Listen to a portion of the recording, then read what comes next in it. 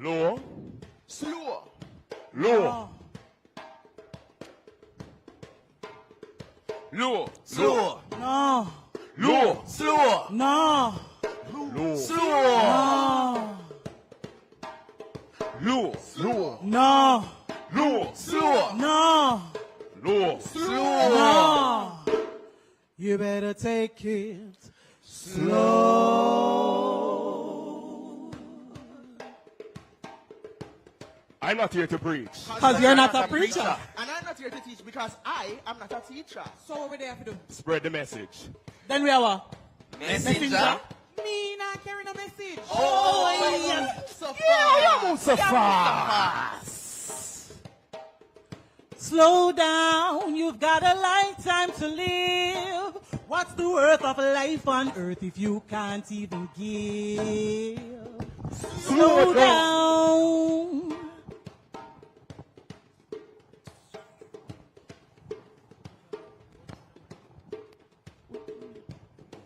Debbie. Wagwan, Masha. Away a drink. You know, some of that take a cool Heineken though. Hey, give me a cool Heineken and a red stripe beer. Beer. Then Marsha, you not breathe. I am breathing as much as the air is in my lungs. Baby, how you have a drink beer and you're pregnant? So what? You can't drink beer and pregnant. Beer fatty at all, Listen, man. you can't drink beer and pregnant.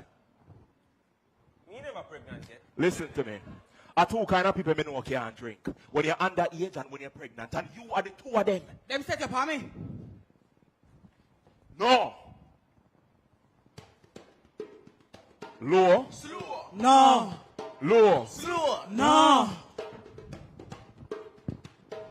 Low. Slow. No. Low. Slow. No.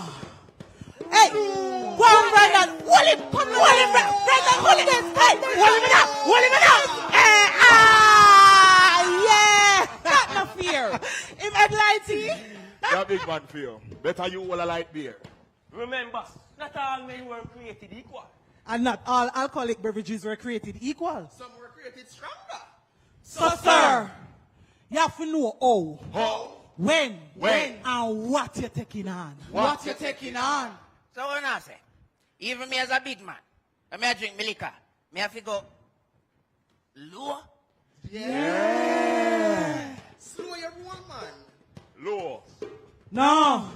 Low. Slow. No. Low. Slow. No. Low. Slow. No. Slow. Chop, chop. Slow. Chop, chop. Slow. Chop, chop. Bro. Oh, you move so fast. You have to Slow. Your rule. Oh, yeah, get home tonight. No, no. You want some soup? Give him some water. Is that right? Milk or mom? Thanks. Bro, listen. When you drink, you have to Do it responsibly.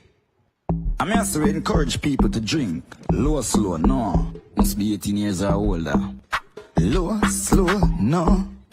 Low, slow, no. Are we done? Man, choose a lower strength drinking no instant. I'm making red stripe beer, live long. Low, slow, no. Don't drink alcohol if you're pregnant.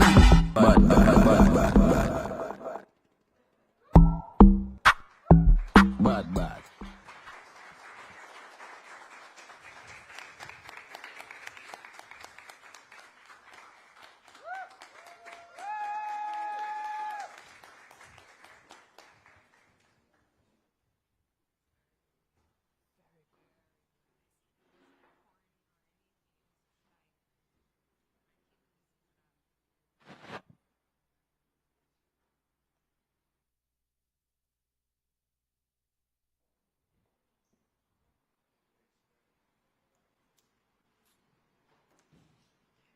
Good morning and welcome to Responsibility Now. Low, slow, no. Can we get a round of applause for Quilt?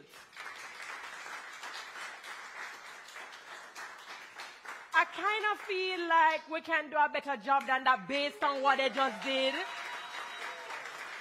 Yeah, because I don't feel everyone can always take a theme and own it and then communicate it in a way that is so effective. Now, what we will be looking at is the role of media in communicating responsible consumption, our 5th town hall in the series, to provide a comprehensive understanding of what responsible drinking truly involves. I'm your moderator, Dr. Terry Carell Johnson.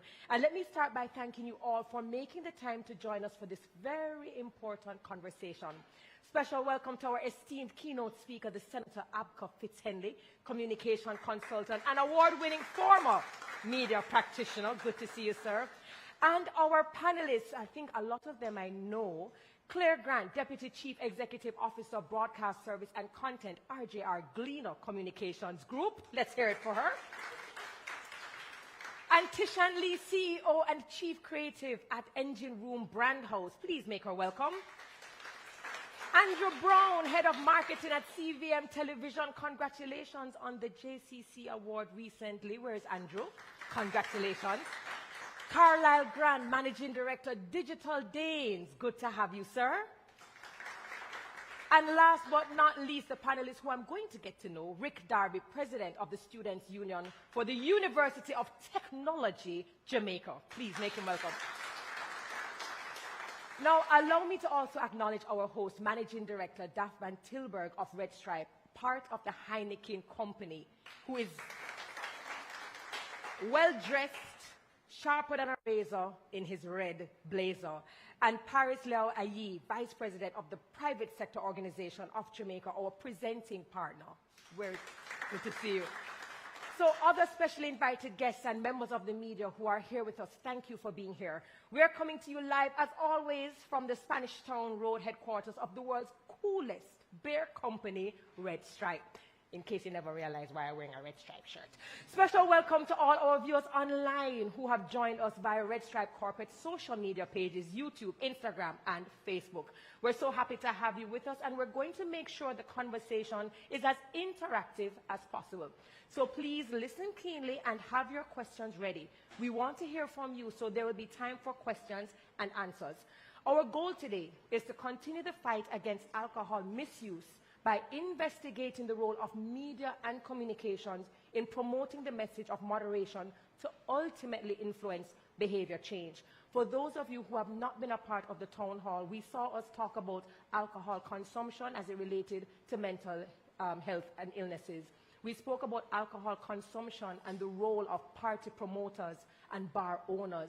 We spoke about alcohol consumption along with the Road Act, and the last town hall, we actually spoke about unpacking what it means to live and drink responsibly. Now, Mr. Van Tilburg will share more on Red Stripe's why in being industry champions for the promotion of moderation and the reduction of harmful use. We'll also hear from our panelists who are experts in their respective fields on the role they see themselves playing and the potential effects of how alcohol is portrayed in the media. How the media, both traditional and new, can influence the right behaviors in our society, and what is needed to hold the industry accountable and encourage even more stringent self-regulation tactics. But first, let's begin with an official welcome and context setting from our host. Please show some appreciation for Red Stripe's Managing Director, Daph Van Tilburg.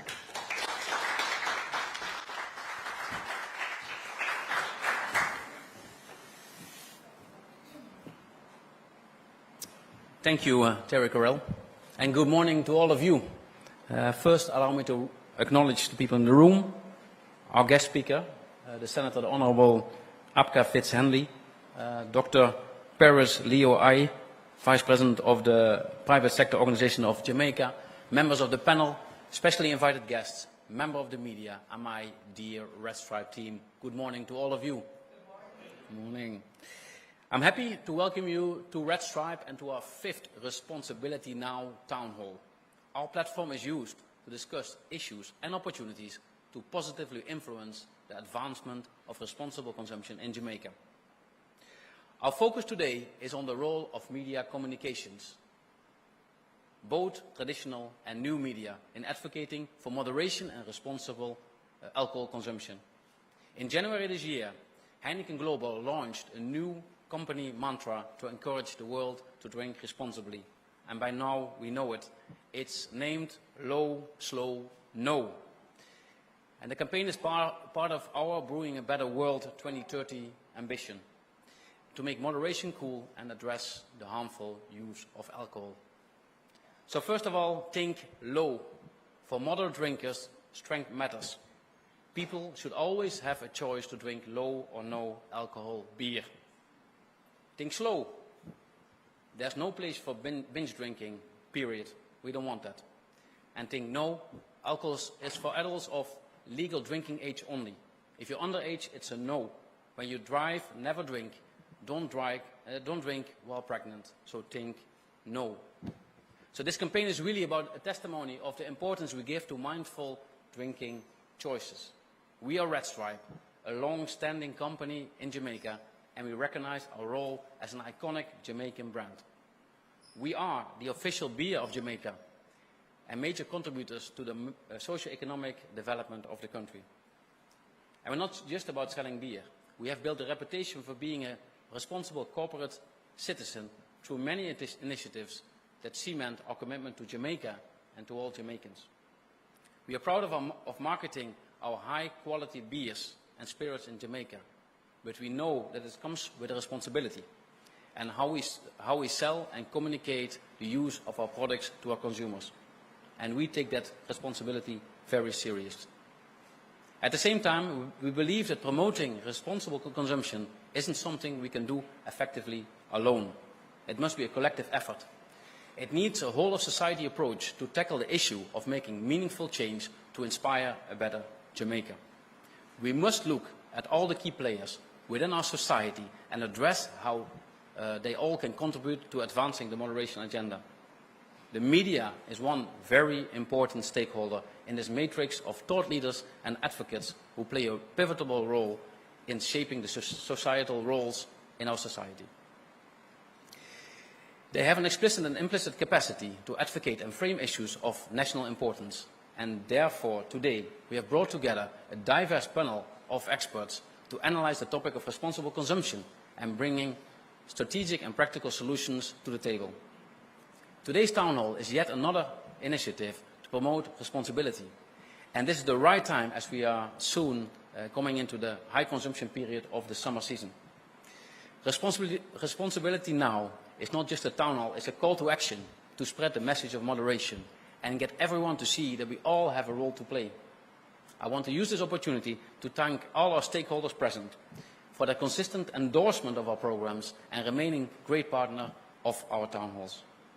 And I want to thank the Red Stripe Corporate Affairs team for always leading our efforts in promoting responsible consumption.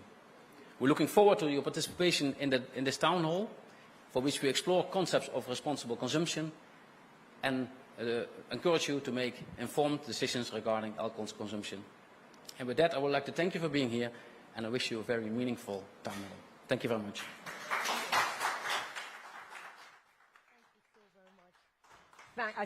Thank you so very much. I think it's about time I also get a red jacket with like the little red stripe there on the lapel. Something that you said though, and I'm not so sure if red stripe just happened to be a fly on the wall, but we recently had a conversation, just us, me and my friends, and we were asking the question, does culture shape media or does media shape culture? Something else that I took away from your conversation that I think Quilt captured very well is that the same energy that we put into hyping people to drink and to push the envelope should be the same energy that we carry as the village to tell our friends, stop, you can't do no more. If them want vex, them vex. No, you are not driving, and no, you are pregnant. So you are right, it takes a village, and we don't expect this to be on one person. So thank you so very much for that address. No, absolutely. Clap if you want to clap, yes. Absolutely. Absolutely. Now, the private sector organization of Jamaica, since the inception of this Town Hall series, has lent its support to the continuing effort of Red Stripe in promoting moderation. As presenting partners, they have engaged the private sector to achieve greater reach of this important message. I remember this gentleman from the last Town Hall because he came with stats and stories and things that made us really go, aha. He put things into perspective. And he's looking around going, who's she talking about? Please welcome PSOJ Vice President Dr. Paris Leo Ayi.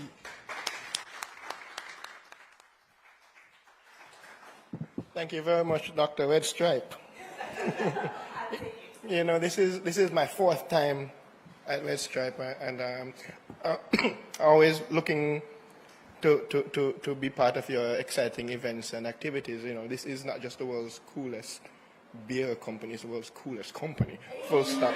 So I always want to hang out with cool people and cool stuff. Senator Fitzhenley, Daff, Managing Director for Red Stripe, Diane, my friend, and Howard Harris, distinguished panelists, I see my fellow George and Carlisle here, distinguished panelists all around, members of the Red Stripe team. Where are the PSOJ team? I know, I saw Tash now. Anyway, valued members of the media, good morning. Let me begin by congratulating and commending our esteemed PSOJ member, Red Stripe Platinum Circle member, for your visionary leadership in hosting this thought-provoking Town Hall series, not just one-off. Your ongoing commitment to fostering a culture of responsible alcohol consumption is truly commendable and sets a shining example for our industry. We're talking private sector, not just beverage industry. The theme for today's discussion, low, slow, no, and the role of media in communicating responsible consumption, could not be more timely and pertinent. The consequences of alcohol misuse extend far beyond individual health concerns, and that's key. They reverberate through our communities, they strain our healthcare systems, they erode productivity, they tarnish our nation's reputation. It's more than just you. It's more than just a single person. It's a village, society. It's a brand. And yet amidst these sobering realities lies a powerful opportunity. A chance for us to harness the unparalleled reach and influence of the media to reshape societal norms and drive a transformation towards a culture of moderation, accountability, and responsible decision-making. As we gather here today, it is impossible to ignore traditional and social media's profound impact in shaping societal norms and behaviors. With their unparalleled reach and influence, these platforms hold the key to driving transformative change in how we approach and promote responsible alcohol consumption. Red Stripe's Live Responsibly campaign, featuring powerful storytelling and relatable messaging across multiple media channels, is a shining example of how to effectively promote moderation and mindfulness. As the media landscape continues to evolve and extend its reach, we call upon our partners in traditional media, television, radio, and print, to embrace their influential role as change makers. Your platforms have the power to amplify the message of responsible consumption, changing societal norms, but also inspiring audiences to make mindful and proper choices. As members of the private sector, we have a unique responsibility to harness this power and drive that positive change that we seek. We must collaborate with media partners to challenge the glorification of binge drinking and irresponsible consumption, replacing it with a narrative that celebrates moderation, accountability, and responsible actions. Social media in particular presents both challenges and opportunities in this endeavor. While we must be vigilant against the spread of misinformation and harmful influencer content, we can also leverage these platforms to engage younger audiences through interactive campaigns, relatable influencer collaborations, and user-generated content that promotes responsible consumption practices. The business case for such efforts is clear. By promoting responsible consumption, we build brand trust, customer loyalty, and a positive corporate image. More importantly, we contribute to the well-being of our communities and help create a safer, healthier Jamaica for all. Today, I call upon each and every one of you to join me in this critical mission. Let us work hand in hand with media partners to amplify the message of responsible consumption, fostering that culture of moderation, respect, and accountability. Together, we can create a ripple effect that transcends borders and inspires positive change. By joining forces, we can safeguard the well-being of our society and ensure that the joys of responsible consumption are celebrated without compromising the safety and health of our fellow citizens.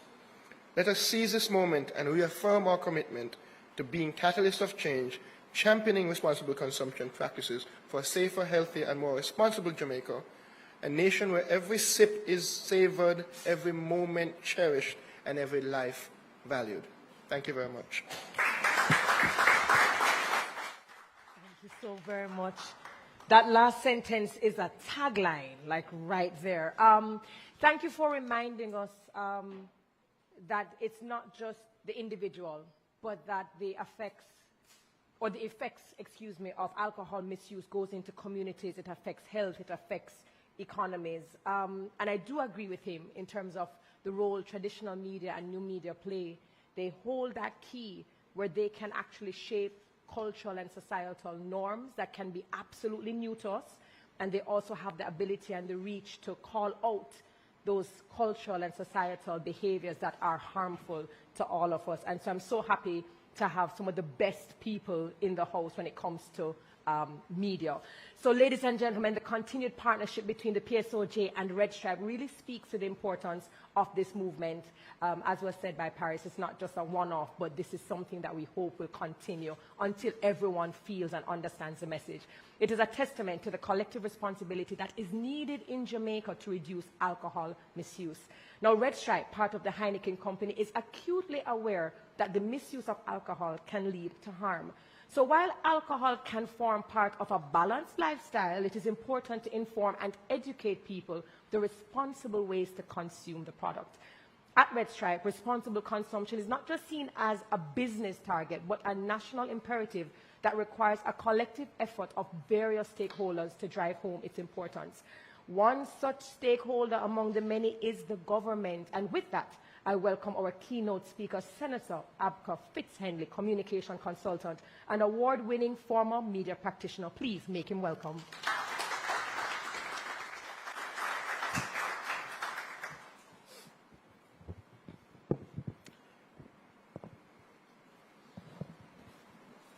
Thank you, Terry. I think I will be able to finally mark one off my bucket list, addressing an event that is moderated by the effervescent Dr. Terry Carell. I want to commend you on your contribution to the media space as a personality that is advocating for all that is positive. And it's lovely to see you in your red suit that's complementing your effervescent personality that you bring to the hosting of these events. I want to begin by acknowledging the Managing Director of Red Stripe,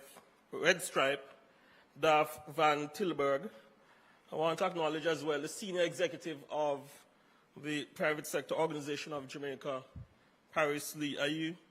And also, Diane, I thank you as well for the invite. Those of us who have been in the media space for a long time, I spent just over a decade there. We know of your sterling contribution to corporate life in Jamaica. I want to commend you and encourage you to continue in that regard. Now, I hope the podium would provide me some cover concerning the first point I'm about to make, but those of us in the media fraternity may know that there's a saying that a good journalist or a good media practitioner will invariably have, a belly exposed because it involves a lot of drinking for many of us. And there's a reason for that. It's a stressful job, and some people turn to alcohol in terms of dealing with stress. It's not something that we encourage, but it happens. Also, media practitioners are people in the journalistic field. We seek to cultivate sources, and much of that involves socializing. So you go to the various events, and you meet with your sources, and invariably it involves having a drink, and one drink leads to two, and before you know it, you're at 6, and therefore you have this, you have this belly developing. Again, it's not something that we encourage, but there's that saying. So I think many of my former media colleagues who, are hearing me address this event would start with a bit of introspection And the theme of this event would resonate a lot with many in the media fraternity in terms of moderation. I want to indicate that it's in this context that I want to commend Red Stripe, and I'm honored to be part of this series number 5, Townhall series number 5, and I take note and endorse the theme, Responsibility Now, and the whole banner of Low, Slow, No, a very powerful and germane theme in terms of navigating our social space and our various professional endeavors. The objective of, in case someone just came in, I want to reinforce that the objective of emphasizing mindful drinking choices via media advocacy is a laudable goal. And I wish to commend Heineken and the iconic Red Stripe family for displaying the corporate conscience necessary to put together an initiative such as this. This series is particularly noble, Duff, and I say that because, for centuries I had endeavored to say, we've lived in the West in a capitalist society, and the objective of corporate entities naturally is to make profit. However, it is good that big corporate is displaying the corporate conscience to build awareness around an important matter, showing that it's not just about the almighty dollar. I want to commend Heineken, and in particular Red Stripe, for daring to care about the well-being of its consumers, including Jamaicans.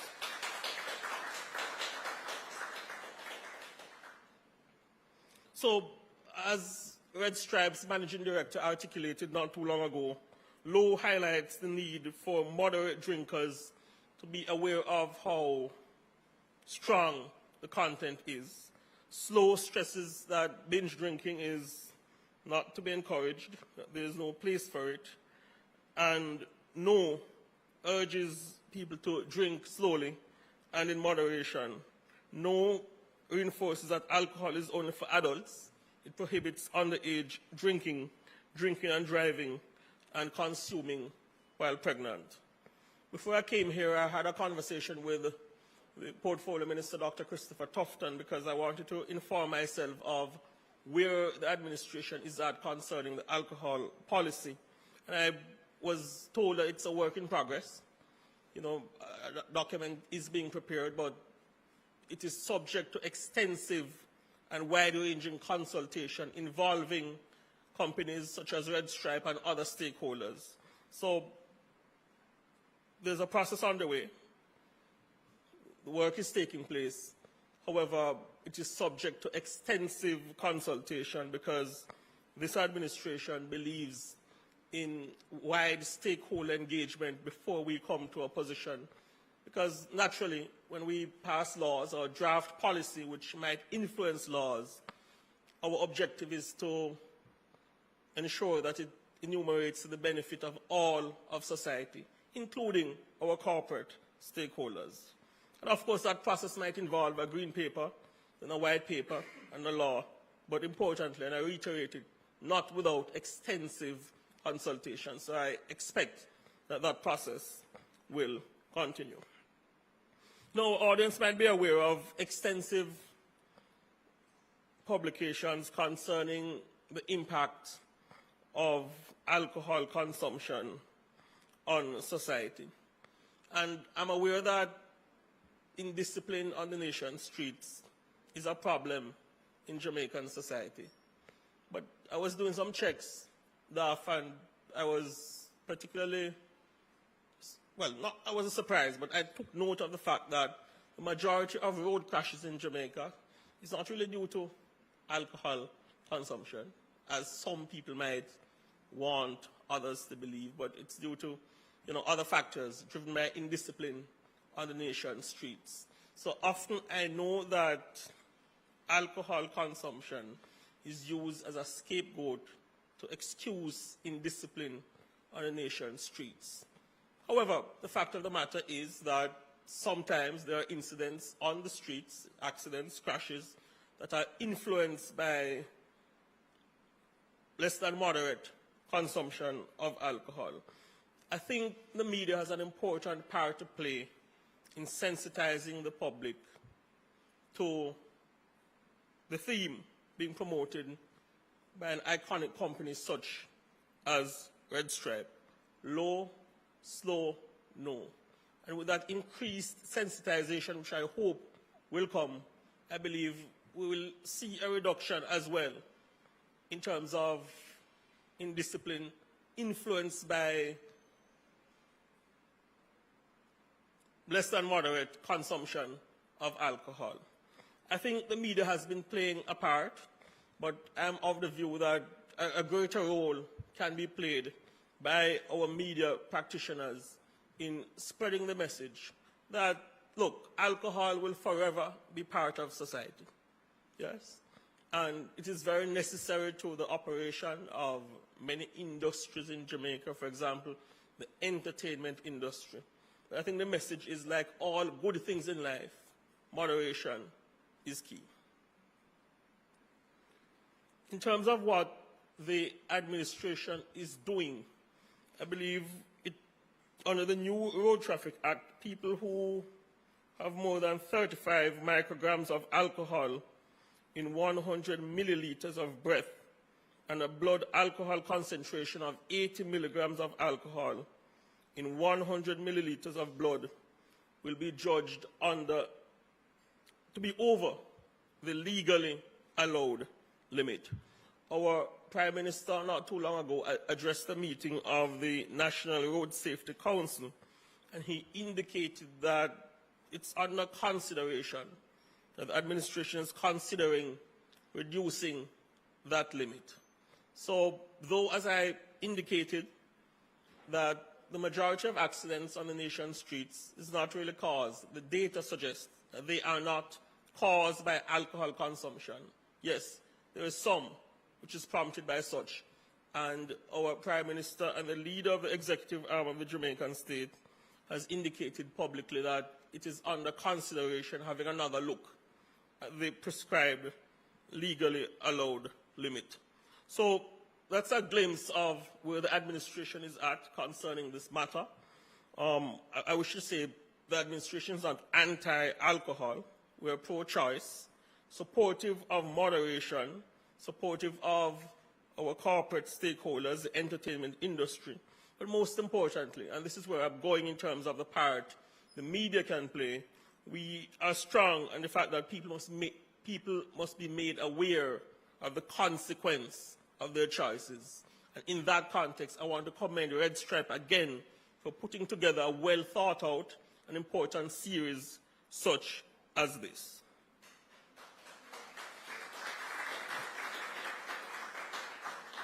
So, more germane to the theme, the fact of the matter is that many studies have shown that exposure to media content that glorifies alcohol can lead to increased consumption among young people.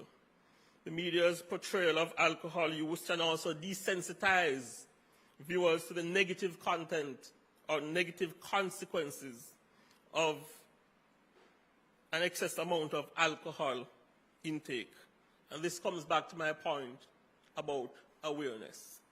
And, for example, in movies or TV shows, characters who use alcohol are often lauded, and the viewers, the younger viewers, impressionable minds, are not alerted to the negative consequence of excess alcohol use. So we're not here to condemn use of alcohol or alcohol intake or social drinking, but again, germane to the objective, the overarching theme of this series, moderation, is very, very important. And I think media across various channels can use their platforms. I was about to say forgetting that I have left the space, but can use the platforms to highlight this very, very important message that, we're not here to glamorize the excess consumption of alcohol. However, too much of one thing, might create a problem. I know, many of us are from rural Jamaica, and our grandmothers would say that. So moderation is an important part of the message. When I left media approximately, I think it's about 4 years ago, and took up politics. Well, I did corporate consultancy first, and politics. Many people were upset and they couldn't understand, and they asked, why would you give up that sort of influence where the captains of industry, whether in the private sector, the government, the opposition, and other stakeholders would call your phone at, whenever it is, perhaps in the middle of the afternoon, to find out what is coming at 5 o'clock in order to shape the narrative or influence what is said. So I make that point to say that media has tremendous influence over the perception of what is considered cool, what is considered acceptable, what is considered responsible. Another point I wish to make in terms of how the media perhaps could play a greater part in conjunction with our corporate partners is that my duty as the main man at Nationwide News Network back then was to carry in the top 5 main news items. If I wrote a story that the Jamaican economy, for argument's sake, and this is for argument's sake because we haven't grown by that much in a while, grew by 25%, there would not be much interest in it. If I wrote a story regarding one of our main political figures, not much interest. However, if I wrote that a mosquito bit a dancehall artist who perhaps is incarcerated, that's where you'd get a lot of traction. People will be very interested. And when you study the online data, you would see that's what generates the most interest. Our sporting figures and the captains of the entertainment industry. So I think there's an opportunity for partnership with members of our entertainment fraternity to spread the message. Yeah, sure, some of them, they are into the business of the flaunting the Hennessy, the Moet, or they're drinking tons of red stripe beer, and that's all well and good. But I believe we could have partnership and engagement with these captains of the entertainment industry towards communicating a more responsible message to members of the population. And these folks have tremendous influence over the young people in Jamaica. Indeed, as I said, they are the captains of popular culture, and I believe if they are engaged by the media, given a platform or a greater platform, and that is supported by our corporate stakeholders, that could go a far way in assisting in communicating the message that moderation is key in terms of alcohol consumption.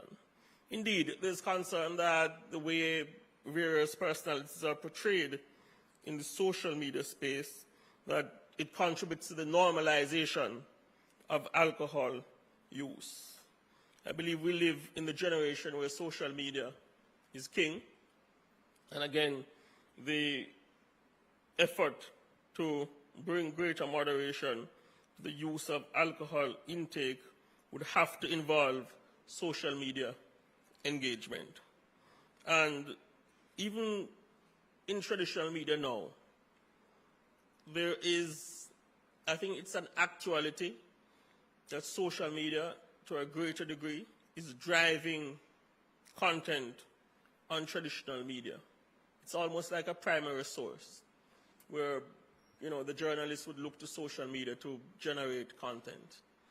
And if a story is not posted via the traditional media's social media platform, then it is not likely to get views and traction. I believe greater social media engagement via a joined-up approach involving the corporate stakeholders, media, and the captains of industry, including government, could go a far way towards reducing alcohol consumption that is inappropriate or considered to be in excess.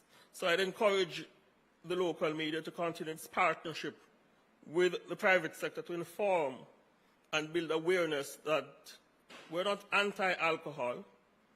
It is known the world over that there's nothing that tastes better than a good, nice, cold red stripe beer, soothing to many souls. But again, like all good tasting things in life, moderation is important and is good.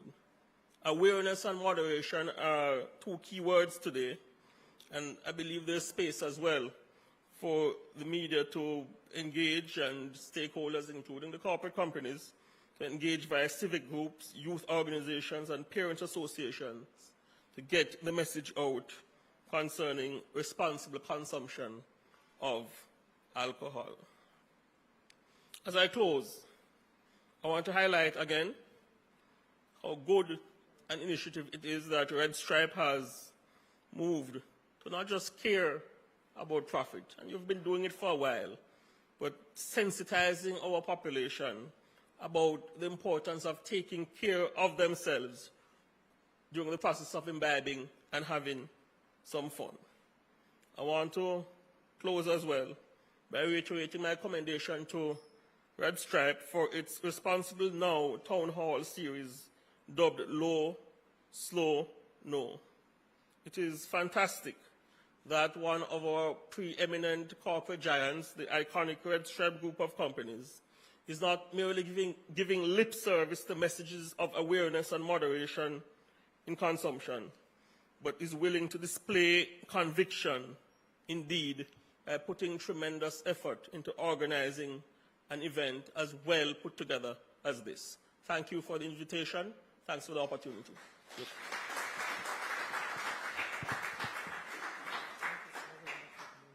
Good to see you. Good to see you. Thank you so very much for the very kind compliment at the beginning of your speech. Certainly, we will have a conversation, Diane and team, that when next you invite Senator Fitzhenley, we will ensure that we do not use an acrylic lectern, but rather a wooden one to provide him coverage. I think when I listen to your speech and I listen to everyone who's been here and I look at the persons in the room, the only thing I can say is that we have the best of the stakeholders here. Governments, through good governance and good policy, through enforcement, can transform societies and culture. When we look at the private sector, it is through aligned partnerships, because they have to be going in the same direction. They have the ability to transform societies and culture. And then when we look at our media and our spaces, traditional, new, our influencers, there is influence to transform societies and culture. The only thing that I will say, just to add my 2 cents, is that whenever we approach the captains and the titans of industries and sectors, that we also try to ensure that they are practitioners, that they are going to be the persons who don't just preach, but that they also practice. Because what you don't want is incongruence, and you don't want people saying, it is just for show. So everything has to be aligned.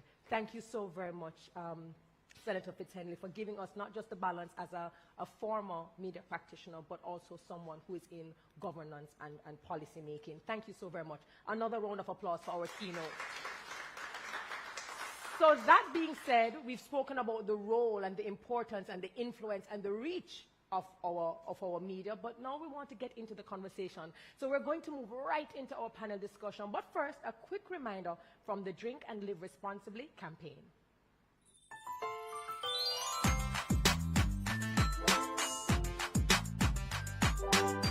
As you go about your everyday life, take good care of yourself. Remember to balance things.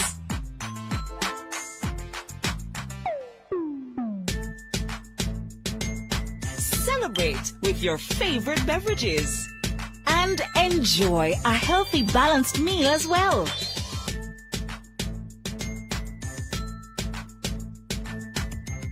So eat right and drink responsibly. They go great together.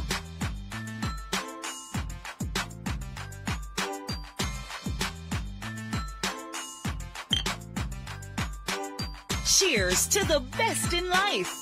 Must be 18 years or older. Drink and live responsibly.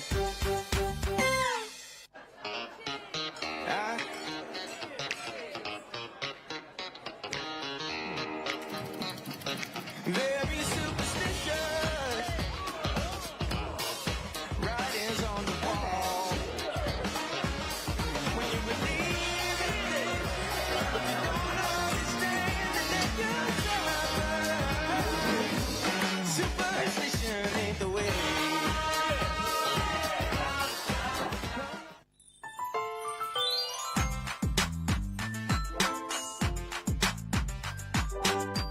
As you go about your everyday life, take good care of yourself. Remember to balance things.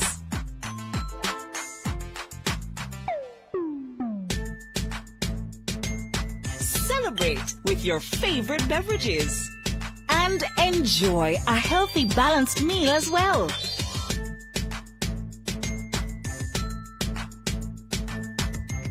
So eat right and drink responsibly. They go great together.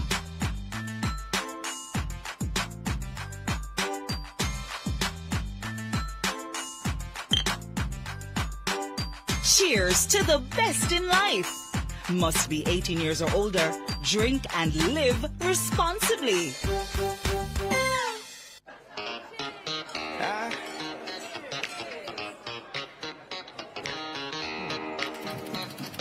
Very superstitious. Writings on the wall. When you believe in it, but you don't understand that you're superstition ain't the way.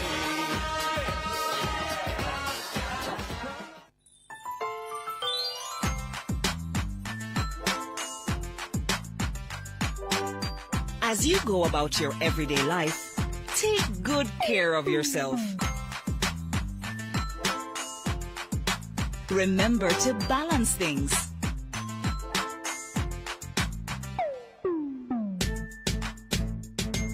Celebrate with your favorite beverages. And enjoy a healthy, balanced meal as well.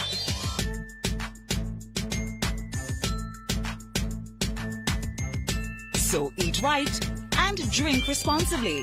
They go great together.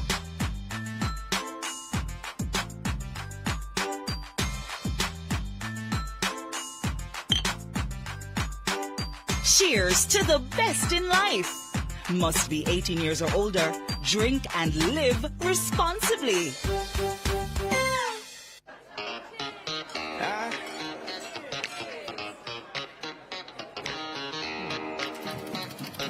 Very superstitious. Writings on the wall. When you believe in it, but you don't understand that you're superstition ain't the way.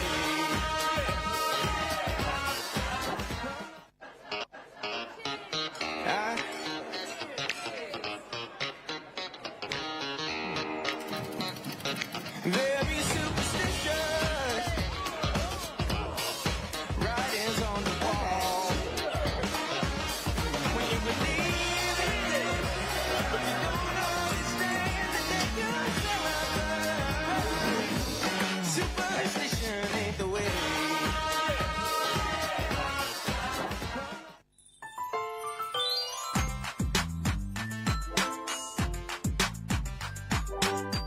As you go about your everyday life, take good care of yourself.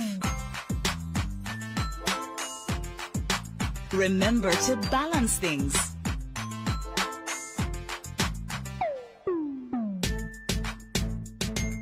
Celebrate with your favorite beverages. And enjoy a healthy, balanced meal as well.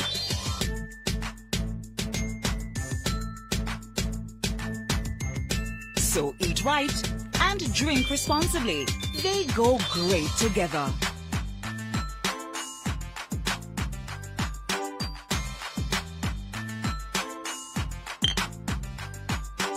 Cheers to the best in life.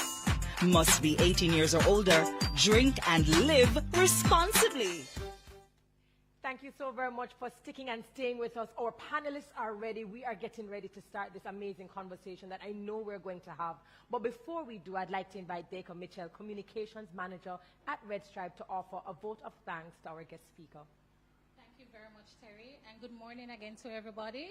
All protocols observed. Mine is the great pleasure and the honor to move this vote of thanks. On behalf of the management and staff of Red Stripe, let me express sincerest gratitude to all who have helped to make this event a success. To our guest speaker, Senator the Honorable Abka Fitz-Henley, thank you for, for delivering such a powerful and insightful keynote address, which shows the importance of the topic and the need for collaborative action between government and media in communicating responsible consumption. This token is a testament of our appreciation for you, and we trust that you will continue to inspire others. We appreciate you, and we would like to express that appreciation with this special token. Please come to the stage.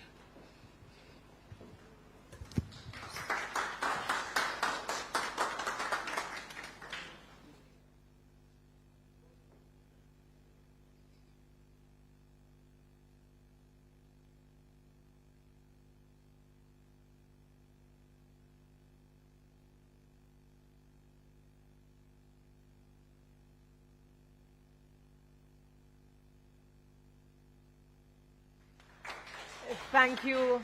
Thank you so very much, Deka. Now, just to remind Senator Fitz-Henley, he spoke about the culture of moderation and that, you know, he has a belly because of the occasional drinking that he has done. Therefore, if he does not wish to keep that token for whatever reason, it naturally by default goes to the host. Thank you so very much. If you're just joining us, I am your moderator, Terry Carell. It's a pleasure to have you. The title of this town hall meeting, Responsibility Now, Low, Slow, No. The role of media in communicating responsible consumption. And if you're wondering where we are, we're coming to you live from Red Stripe in Kingston, Jamaica. And we welcome the persons who are in the room as well as those of you online. We're about to begin our panel discussion. If you have any questions at all, please go ahead. Let us know, and we will get to those questions at the end. We'll try to get to as many of them as possible. So happy to have you. Thank you for your patience. I know we have very busy people who are a part of our panel discussion. Again, if you're just joining us, allow me to reintroduce our esteemed panelists. Claire Grant, Deputy Chief Executive Officer, Broadcast Service and Content, RJR Gleaner Communications Group. Tishan Lee, CEO and Chief Creative at Engine Room Brand House. Andrew Brown, Head of Marketing at CVM Television, Carlisle Grant, Managing Director of Digital Danes, and Rick Darby, President of the Students' Union for the University of Technology, Jamaica. Welcome to you all, and we're going to jump right into the discussion. Before we do, we always give the panelists an opportunity because our viewers basically hear your name and your title, and sometimes they have absolutely no idea what that really is. So I'm going to give each of you an opportunity just to give us an idea of what your role is in the media space, starting with Claire. Good morning, everyone. And that's Dr. Grant. Dr. Claire. I'm the Deputy Chief Executive Officer for the RJR Gleaner Communications Group. Specifically, that speaks to all of our radio brands, of which we have 5, 4 terrestrial, 1 online, and all of our television brands, which we have also 5. 1 that is free-to-air, 3 cable, and 1 that's an export brand, actually, Television Jamaica International, which is outside of Jamaica. And then we also have the umbrella brand for all of our broadcast entities, which is One Spot Media. You manage a whole heap of things. In other words, she manages a whole heap of things, locally, regionally, as well as internationally. Thank you so very much, Dr. Grant. Andrew. Hi. Hello. Tell us a little bit about what it is that you do. I know recently I saw you looking very sharp. You stepped on a stage and collected an award. That's half the work. For marketing. That's half the work. Give us an idea of what it is. What's your role in this media space? So thank you guys for having me. My name is Andrew Brown, Head of Marketing for Jamaica's Choice Free-to-Air Television Station, CVM TV. Oh, no, he didn't. Yes, yes. My role there would be leading the marketing team there at CVM, doing strategic initiatives that will definitely push and promote all of our content, all of our programming to as many of the Jamaican people as possible. We've recently rebranded last year, so you'd have seen the See It Happen campaign. We're a brand new CVM, brand new vibe, brand new energy. Our shows are performing, and yeah, that's what we do. All right, thank you for being here. Tishan, I knew you when you were a part of corporate. Now you are you founder, you are in charge of Engine Room. Tell us about that. Thank you, Terry. Yes, so we knew each other from a former life on the corporate side. So I've really been representing brands for my entire career. And so that's a big part of my role in the media space. On one side as the brand, and now that I founded Engine Room, which is a full-service marketing and research firm. We represent some of the best brands in Jamaica and some in the region. And so our role here is really, how do we support the needs of responsible drinking, the needs of responsible any advertising in general. That's a perspective that I'll bring to the conversation. All right, fantastic. Carlisle, good to have you. And congratulations. I see you going into schools, teaching students the importance of upskilling and getting skills. But what is it that you do for persons who do not know you personally? All right. Thank you, Terry. So I'm a multidisciplinary marketer, and I'm the managing director of Digital Danes. So we're predominantly a creative agency where our goal is to help brands thrive in this age of digital transformation through content creation and digital marketing. I've been in marketing for 12 plus years now, and I hope to contribute to this conversation with some unique perspectives on how responsible drinking and this whole campaign can aid in the media and digital space. All right, thank you so very much. Last but not least, Sir Rick Darby, tell me about your role in all of this. Thank you for having me.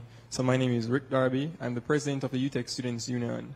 So my role in this is, UTEC is Jamaica's national university. And as a national university, we have to ensure that we play our part in ensuring that there's responsible consumption, etc. And we communicate on national topics such as this. So we have to ensure that we're engaged and we're informed and we're all there. All right. Thank you so very much. I mean, this is going to be a very interesting conversation. Let me start with my very first question, and I'm going to start with Dr. Grant, representing traditional media, and for many people, one of the go-to. What are the guidelines from a broadcast licensing standpoint? Is it on marketing alcohol on free-to-air media? You have to consider children, families, religion, culture. Is there any particular guideline from a broadcasting standpoint? Well, yes, definitely. We want to correct, though, because the term traditional media is somewhat of a misnomer. So our group participates in all platforms. As a matter of fact, the RJ Gleaner Group, as an entity, has the largest number of followers in the social media space across all properties that exist. So I think that's a very important point. We like to think that this is an entity that is only operating in one space, but we're operating in all the spaces and provide a 360 kind of touch point for anybody who works with us. So that I'd first say. But on the broadcast side, broadcast part of media has regulations. You have to have a license to have a radio station. You have to have a license to have a television station. Free to air, you have to have a license to have a subscriber television station. And under the Broadcast Regulations Act, I think it is 81A, it gives very specific detail as to how you are supposed to run any kind of advertising around alcohol.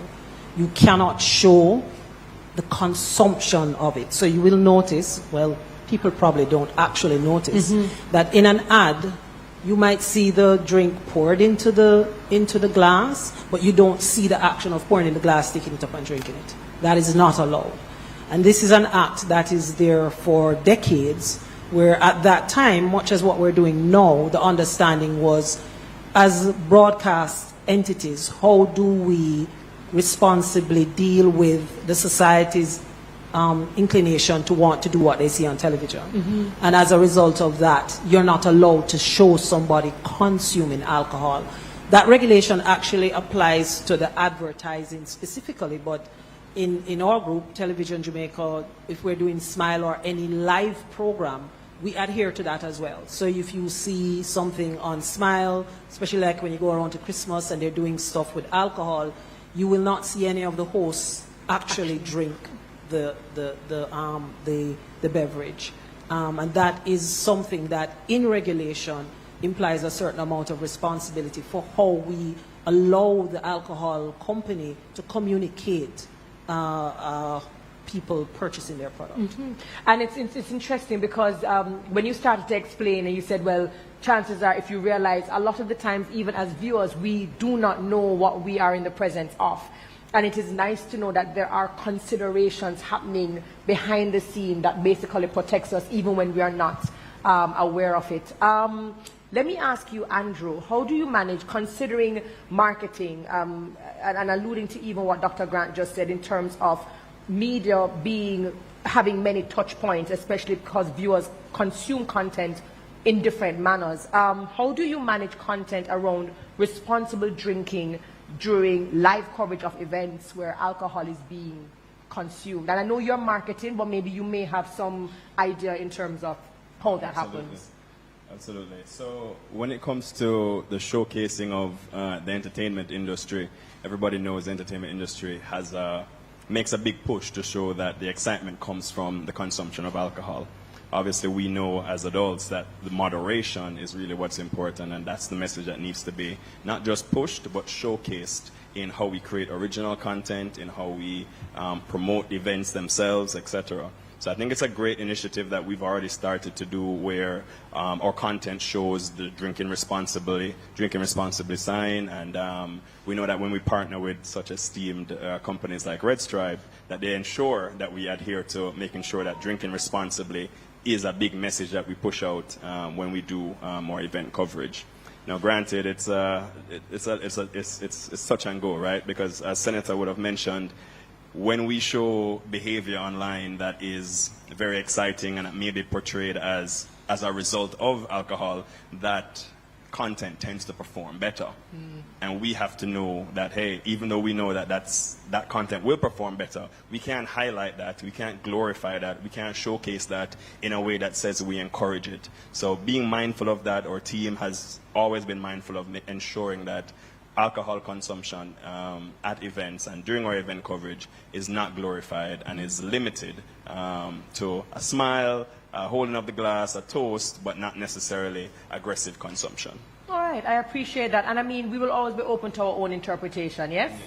But I've gone to events where I have done a toast or I've cheered, but I don't necessarily drink, but I will do it just out of the gesture of what is going on. So it is left to a person's interpretation, but no one can say definitively that they saw that kind of encouragement. Tishan, I'm coming over to you because you spoke about representing clients, locally as well as regionally, and I know a lot of the times when it comes to campaigns and proposals and pitching them with the right or proposing the right people to work with, who do you think has greater responsibility for communicating responsible campaigns or consumption? Easy question. It is a tough one. So, great question. Mm-hmm. It's all of our responsibility. You have to carry that responsibility as the agency, as the marketer, as the brand that's responsible. It cannot be that you do not have a social conscience in advertising. The viewing public is up against a lot. So for hundreds of years, maybe thousands, the consumption of alcohol, it just has become a cultural thing.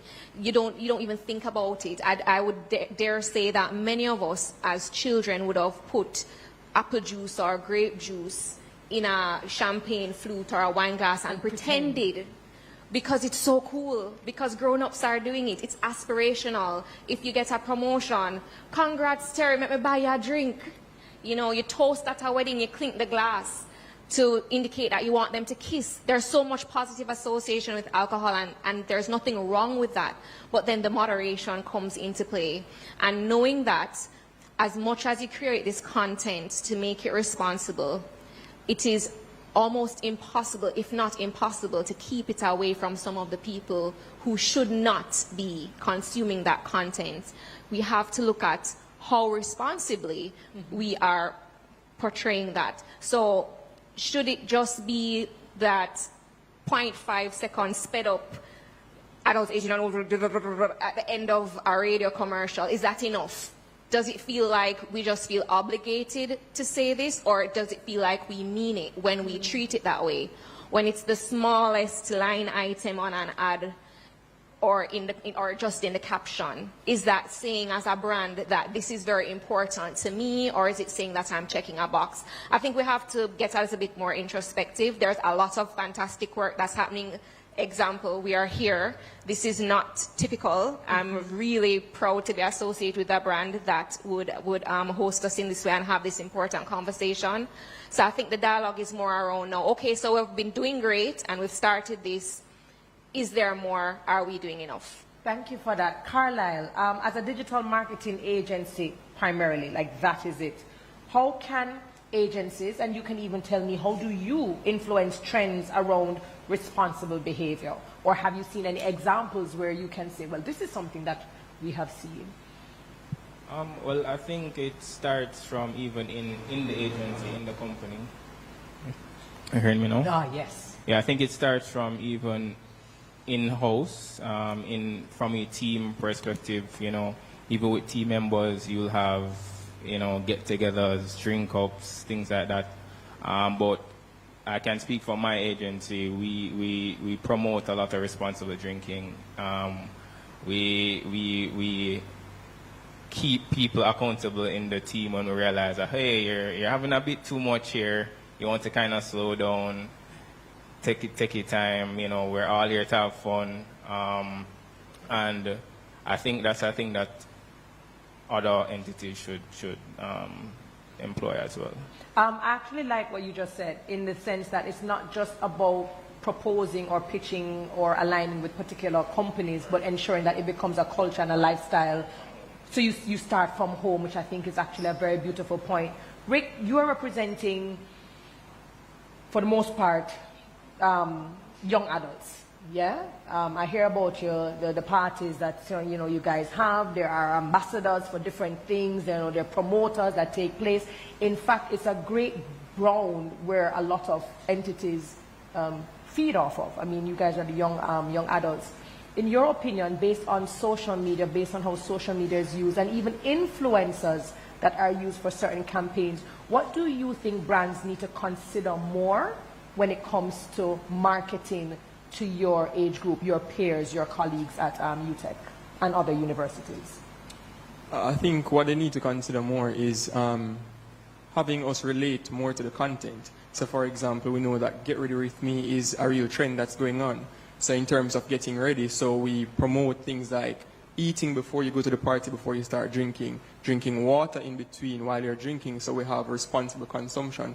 Because it's very important that we have the necessary steps in place and we're practicing what we're preaching. We don't just have it on the flyer. Because, for example, in our events, what we usually have is our health and safety team. They're equipped with water, so they go around and issue water throughout the party. Yes, it does cut back on our profit, but it also ensures that there's responsible consumption during our events. We also have the DJs keep on emphasizing throughout the event. Ensure to support the jerkman, get something to eat, get some water, etc. Drink responsibly. So it's something that they need to consider in terms of with the trends, to hop on onto these trends and ensure that young people can relate to the content that's being put out there, and bringing persons that they really respect into the conversation so that they can say, okay, I can relate to XYZ, this is something that I can practice. They're practicing what they're preaching, so this is something that I can relate to and I can adopt. I actually appreciate that. And you want me to tell you why? I don't go out anymore because I found that I ended up being in spaces that I wanted to be in, but then I'd go to the bar and they wouldn't have anything that was non-alcoholic, like zero options for me.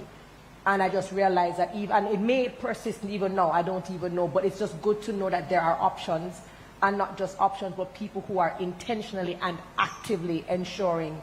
Maybe I need to go to some UTech parties. We will talk afterwards then. Clearly, I'll be the oldest person there, but I think we need to have that conversation. Dr. Grant, the question I have, and we heard the managing director speak about it, and we heard us make allusion to the fact that it's profit, but it's also people. We're here to run viable businesses. We're here to meet the needs and the objectives of our clients, our advertisers, but then we also have this social responsibility. You get this commercial ad that is paid for by an alcoholic company. And it doesn't necessarily have to be local, but just with your hat on. You know, do you look for red flags? Are there red flags that the team is trained to look out for? And how do you now balance the viable business versus pushing back and saying, hey, we want to help you out, but you have to help us out? Walk us through what that looks like from the role of media. Well, I mean, a lot of people don't know this. All content, except content that is live, any content that is pre-recorded, which commercial will be one of that, is vetted before it goes on air. Every single second, as a previous general manager would say, every nanosecond of content that comes on is looked at by a team, and it's looked at in real time. It's not like you're scanning through, let me see. We have rejected ads. First of all, the regulation is not a suggestion. We have a regulator. If you have an ad that is in breach of that particular regulation, which is what I spoke about first in terms of seeing somebody drinking, you will be held accountable. So those are specific things, as is stated by the regulator, that you look for. But outside of that, the company will also have its own concerns about taste and other types of suggestions that are not necessarily in the regulations, but we have a concern about it, and we will call the agency and the advertiser and say, hey, we have a problem with this. We don't think that this is something that we will air. We have rejected ads in the past, not recently that I'm aware of, because I think there is a more important point. The senator is not here now, but he did allude to a couple of things that we need to be aware of.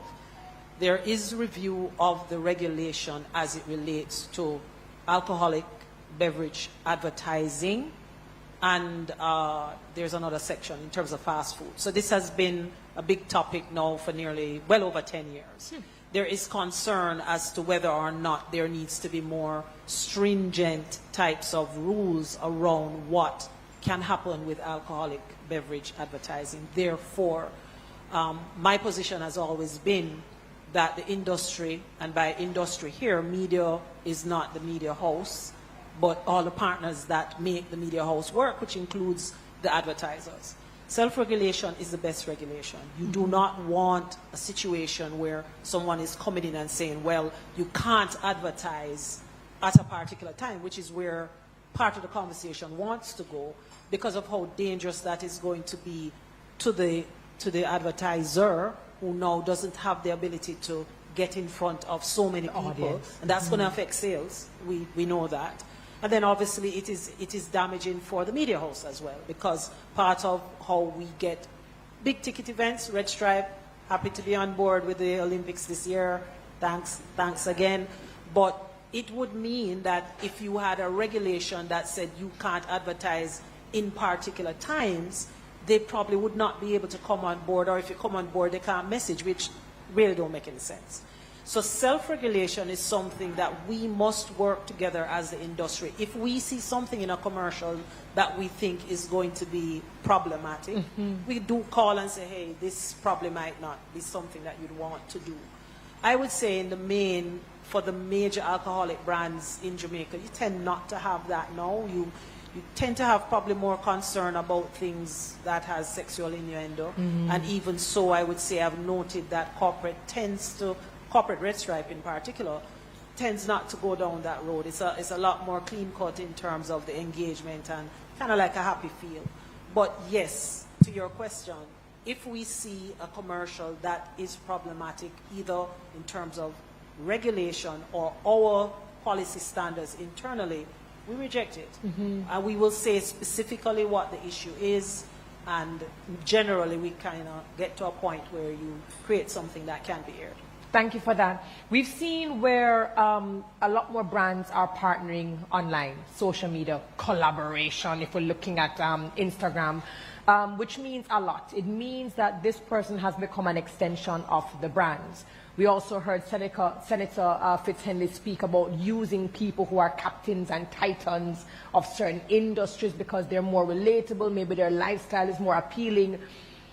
What are the pros and the cons? And I'm going to ask Andrew and I'm going to ask Carlisle. What are the pros and the cons when we consider influencer marketing as a part of brand awareness and campaign, especially when it comes to responsible drinking? Andrew, I'll start with you, Carlisle, and then of course I will come to Rick and Tishan afterwards. I think that the term media, obviously with the advent of social media and digital marketing, it has grown so much to now include content creators and influencers as part of the media fraternity.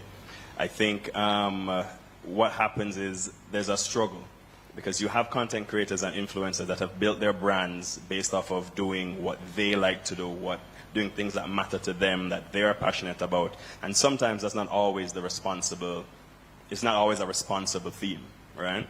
But these are the ones with, hundreds of thousands of followers, and so no better vehicle to get to the masses than that individual. No more efficient vehicle than that person that has this reach to get to the masses and the audience that you want to speak to. The problem is sometimes when we partner with influencers or when we see content creators working with different companies, it's a lot of bark, but not a lot of bite, right?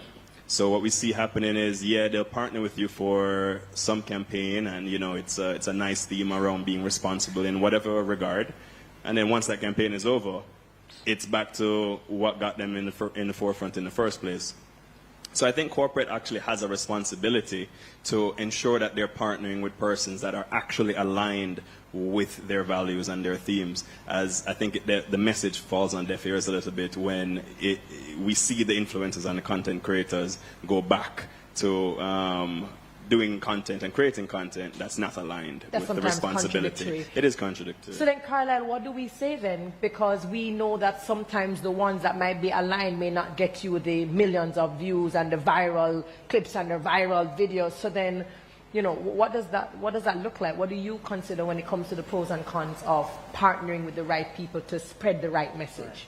What I would say to that is to not necessarily focus on a mass reach, but to focus on the different pockets of community that these influencers have a hold on. So if as Andrew said, sometimes there is malalignment with the influencer and the brand, but there are content creators, there are influencers out there that do have a voice, that their community is well engaged, that do listen to them. And if you can strike a long-term engagement or a long-term relationship with them, then that can foster good benefits to your message and to their message. But what I've noticed is that a lot of organizations or companies, when they partner with influencers and content creators, it's on a short-term basis, and then it's so easy for them to go back to old ways or to jump to the next opportunity. But I think if longer engagements are established, you would reap bigger benefits. Yes, it might cost in the long run, but I don't think there's any cost on responsible drinking. All right, okay. So one of the other things is it creates opportunity, right? Because usually when we're looking to partner with content creators and influencers, it's already who we see out in the space that's already doing something that may be attractive to the brand, and then we engage and we move forward. But what we're not doing is saying, okay, who aligns with our values that doesn't necessarily have a large audience? Who can we build? Who can we support to create that community of responsible drinking instead of reaching out to persons that we know may not necessarily be aligned, but because they have a broad reach or they target a specific community. And so I think there's an opportunity for brands to really focus on creating their own content creators and their own influencers to champion their own brand values. I appreciate that. Tishan, you want to add to something? And then Tishan, I'm coming to you. Yeah, again, everything is new and it's all the same. What happened yesterday is the same thing that's happening today and tomorrow, So we like to talk about influencers, but they were just called something else before. Look around the room. Dan can relate to it. Maybe you. So. Call it all? I don't know. Okay, I'm just sorry. Go ahead. So many years ago, this iconic brand that is here had a massive campaign around a particular, well, we would not call him an influencer at the time, right? He was just a singer, right? Ernest Smith did the campaign for this brand, Life is Just for Living. And it was huge. It was a global phenomenon, right? Great song, But what really worked for that campaign is that Ernest Smith just really slotted in harmless, brand-safe association with this iconic product. The question of brand safeness is something that corporates need to think about, and in particular, alcoholic brands must think about. You asked the question about influencers. It's a very dangerous space, right? It is not something to be played around with because it can destroy a brand. I think a lot of things that corporates must think about is, I know marketing is expensive, but there actually is a price for cheap. So if you go out looking for purchasing of engagement, which is essentially what you're trying to do when you try to find this influencer, that doesn't really resonate with correct brand building. So correct brand building, to Dane's point, is a long-term engagement, a long-term strategy where you build it around somebody that is properly aligned with your brand. It's not a flash in the pan. It's not just about how many people are going to see the post tomorrow, because it's really important. Seeing a post does not mean anything. What is important is, has this audience engaged enough to resonate and make a decision around whatever messaging you have on the brand? So we need to become a lot more clinical in how we are defining our strategies that are associated with people, because they carry the brand in their soul, and if they shift, they're carrying your brand with you. So I mean, I think it's really very important. I'd like to make the point that influencer was around before. It was just called a different name. I will admit that the influencer of today is very special because they are generating and creating content that makes them a lot more potent, but that potency can be either very negative or positive. I thought, Tishan, I see you, Tishan, and the reason why I'm going to allow you to chime in here, and then I'm coming to you, Rick, is because I know even when you call me and you say, I have a client, this is what they're trying to accomplish, and I've considered you because I know you are extremely blah, blah, blah, blah, blah, very particular, da, da, da, da, da, da. I see you shaking your head because you have to do this a lot with your clients. What are other considerations or agreements based on what has been said that you yourself have to deal with on a day-to-day basis to ensure your brand is aligning with the right clients who are aligning with the right collaborators / partners / influencers? Thanks, Terry. So I agree with everything that has been said. I think some really important points have been made. Advertising works. That's why we have the budget. You know, we have to just remember that advertising works. And so in terms of selecting the influencers, you have to take a step back sometimes. We have this conversation with our clients all the time is, who are you? Brand is not seasonal. You have to know who you are and what you stand for, and that has to resonate throughout your works. So understand, sometimes, you know, it's a major reflection. Sometimes it pauses the whole campaign planning, and we're going to have a board meeting and we're going to talk about this, because a lot of the time, because we're selling, we sell what's hot now, not recognizing how you're making your brand somewhat schizophrenic because you're moving with trends.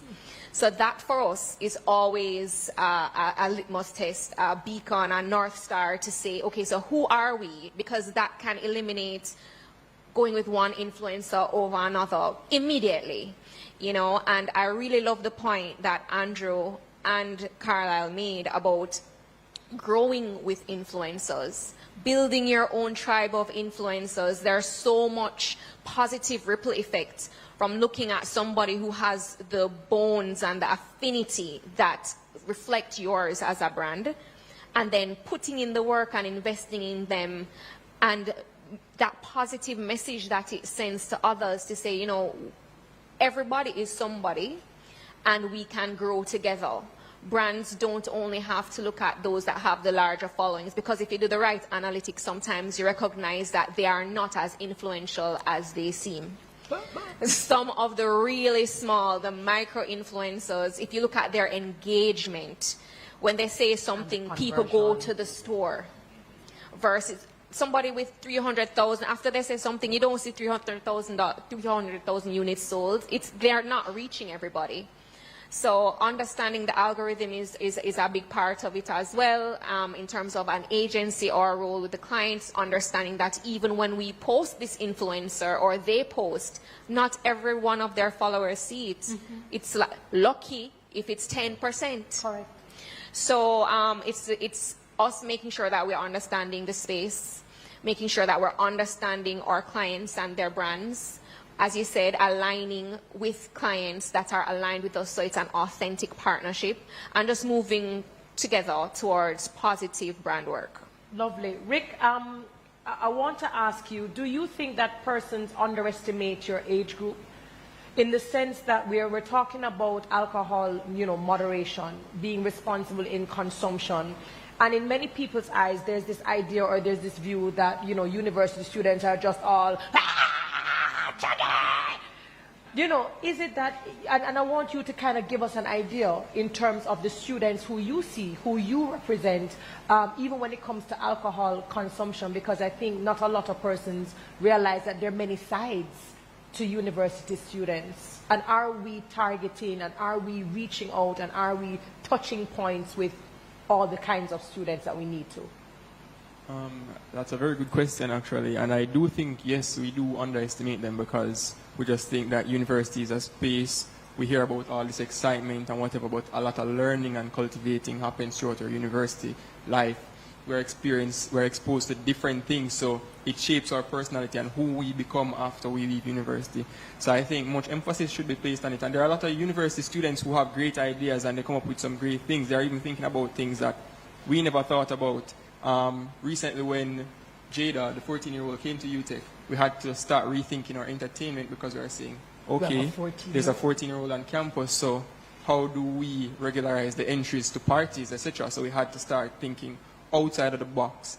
This is something new to us. We're not used to that, so we have to adapt. We can't have underage persons drinking. Yes, you're coming to university and you need to enjoy life, your campus life, but there are other areas to enjoy campus life other than just partying and drinking alcohol. And that's something that I think we really need to take a look at. And in terms of how we're reaching youth, I think we have to take a deeper look at that and have some more conversation with youth because, trust me, there are some great ideas coming in from around university spaces. It's all about getting the exposure, getting the engagement, and just rethinking how can we relate to them. Because content comes in various forms. So it's all about how can I relate to this and how can I apply it to my life. I appreciate that. I appreciate that. And big up Jada. We met her, I think, a year or two before she got to UTech, and we knew that she was destined for greatness. Dr. Grant, everybody has been saying it, chicken or the egg, does culture shape media, does media shape culture, one of the questions here that we got online is how can the media shape cultural norms around alcohol consumption to favor more responsible drinking habits? And even though I point this out to Dr. Grant, of course, anyone can answer. But how can the media shift cultural norms? And that's a heavy question because that's heavy responsibility. And the question is, should the media even burden that responsibility? But I'll let you answer the question. Well, there is, I think Andrew alluded to it, the challenge that we have because of how whoever came up with the name social media is really the problem. Because, first of all, it's not social, it's quite antisocial.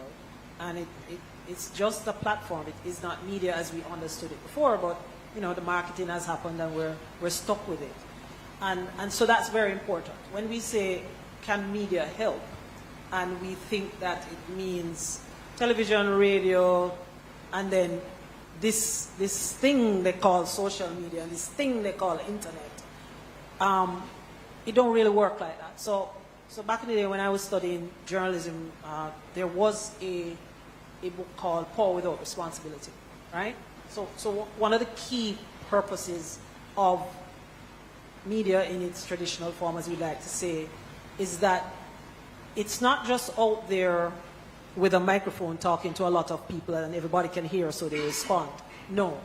Even in an unregulated sector such as print, there is an appreciation that you have a responsibility to the society in terms of what you do. Hence the term, the fourth estate. You are that check and balance for church and government and everybody that is there, the judiciary, to say, here are the things that are happening, right? So with the evolution of time, our appreciation of what is media has changed.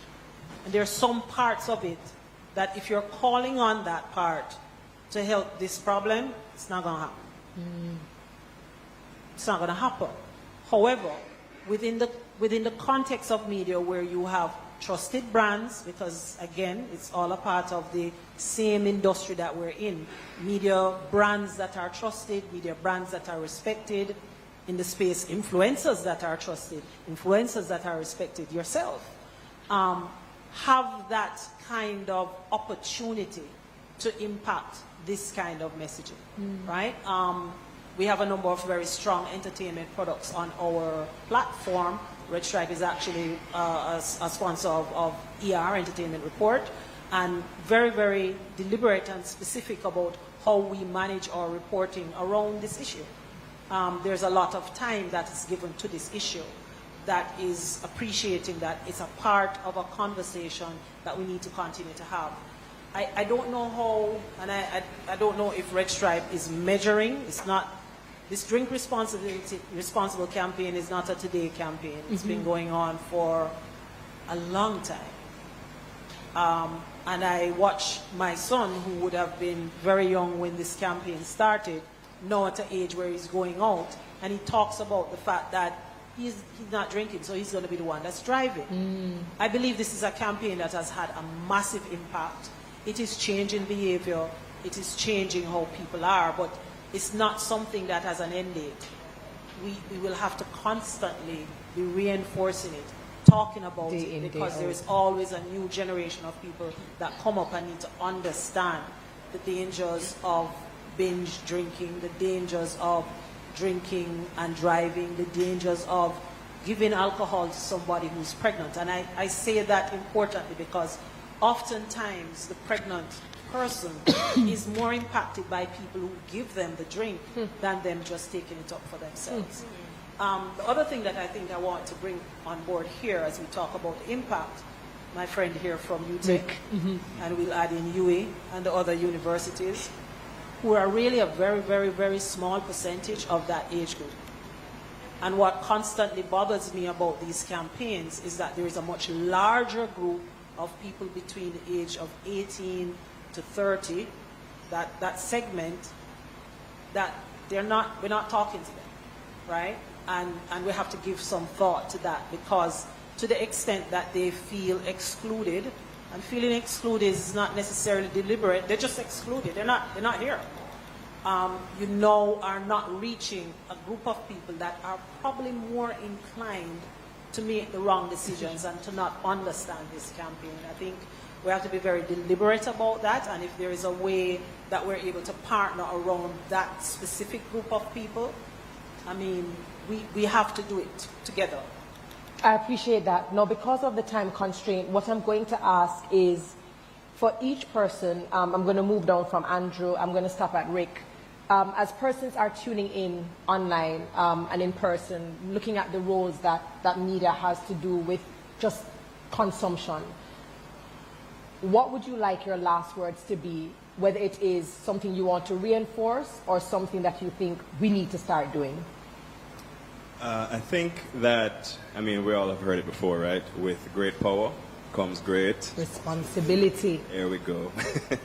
And as a result, media plays a big part of that responsibility, because we have so much power to showcase, one, the truth, and with that truth being shown, people may tend to think that it's normal.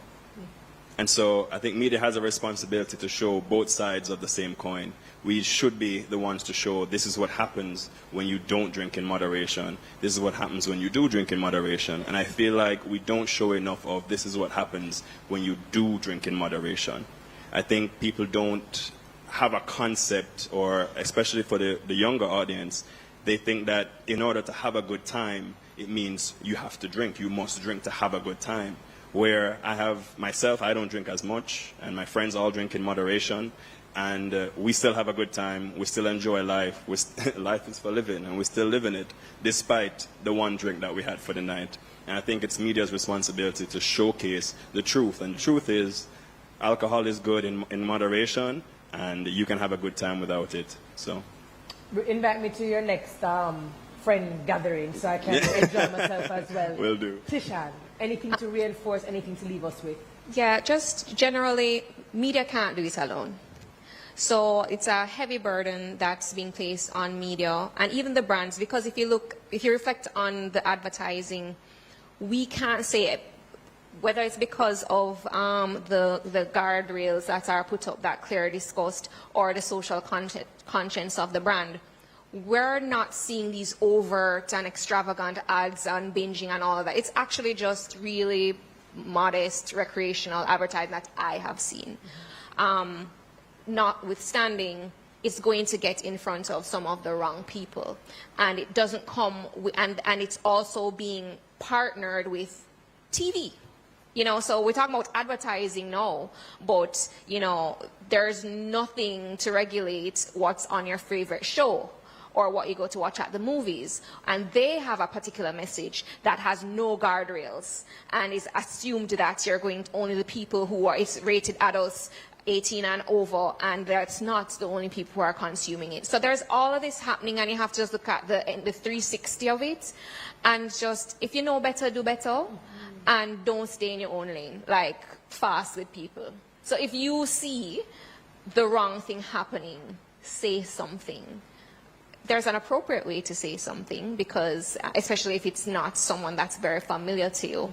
But that village life that we used to have back in the day, if we could bring that back, you know, we'd be in a better place. Lovely. Carlisle, and then Rick, you have the final word. All right, so quickly, Carlisle. All right, so quickly, I'll just add that with the advent of influencers, content creators, social media, I think the barrier to entry for influences has been very low. You know, people get up and they start to put themselves as point of influence, swaying persons' decision making. And I see opportunity there in the sense that entities like Red Stripe, corporate, can try to make responsible drinking and messages of that nature become traditional. So I take from everyone's point of, you know, the old days, you know, you pass down certain things onto, so you keep initiatives like these going, you keep these, this has to be part of your DNA, that, hey, yes, bottom line, yes, we're trying to sell products and we're pushing these messages, but we can never forget this 10 years, 20 years on. It has to be part of it so that they never forget. And also I see opportunities for training, or I don't know if training is the right word, but opportunity to impart on these influencers and content creators that they also have a responsibility to play. So if you're matriculating into a space of influence in the social media space or the digital space overall, there needs to be something for them to speak to reminding them about their responsibility and how they conduct themselves and their decorum. I don't know if it's training, I don't know what it is, or if you have a long-standing relationship with a particular person, then part of that relationship is also edifying them and training them. So those are the things I'd like to say. I appreciate that. And it's training, it's mentorship, it's having advisors, it's having people who are accountability partners as well. And it's a domino effect. Absolutely. They pay it forward and keep it going and going and going, and you'll see a transformation of youth being more attuned to responsible drinking. I appreciate that. Rick, you have the final say, sir. Yes, I'd like to say I agree with what has been said so far, and I think a very important thing that you just touched on is that we need to mentor these persons. It's not about what you say, but how you say it. Because these influencers, it can be said to them that, hey, this is the type of living that we're trying to encourage.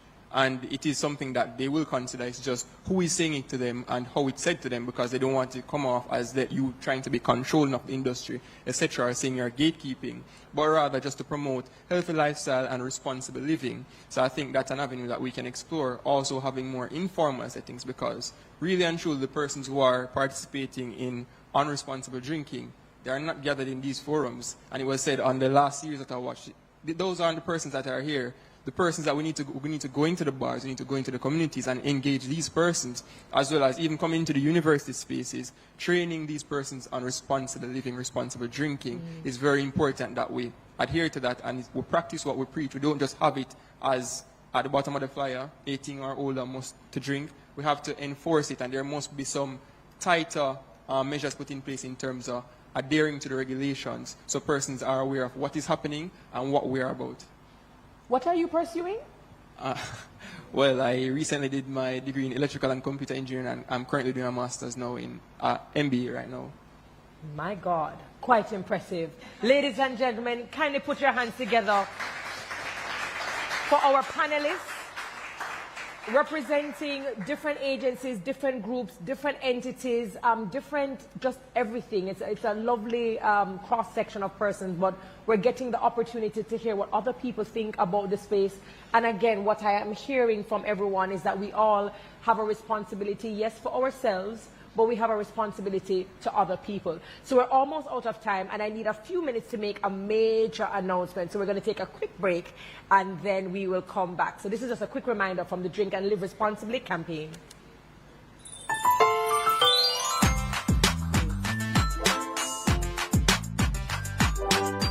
As you go about your everyday life, take good care of yourself.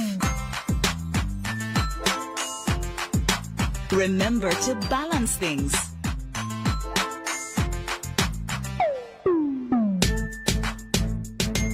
Celebrate with your favorite beverages.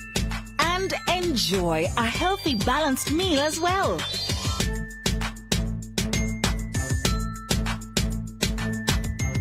So eat right and drink responsibly.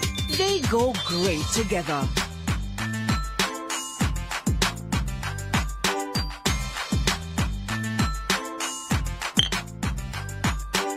Cheers to the best in life. Must be 18 years or older. Drink and live responsibly.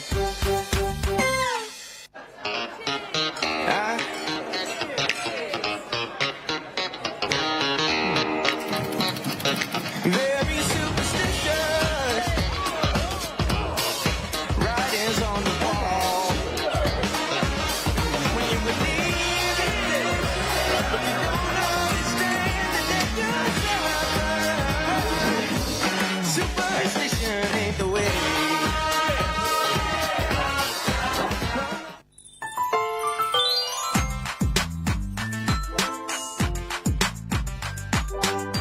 As you go about your everyday life, take good care of yourself. Remember to balance things.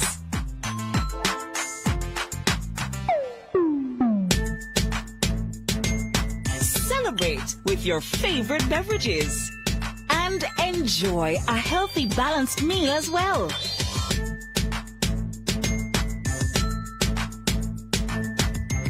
So eat right and drink responsibly. They go great together.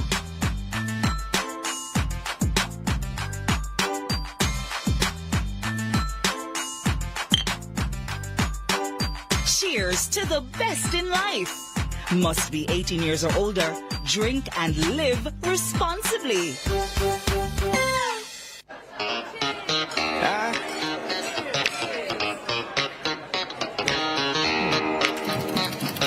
Very superstitious.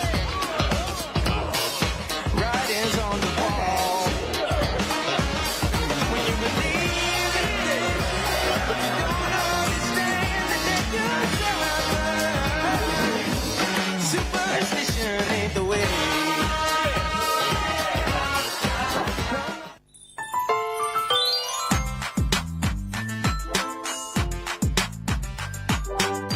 As you go about your everyday life, Take good care of yourself.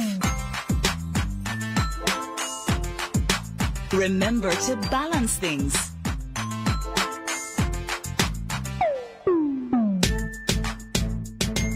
Celebrate with your favorite beverages. And enjoy a healthy, balanced meal as well.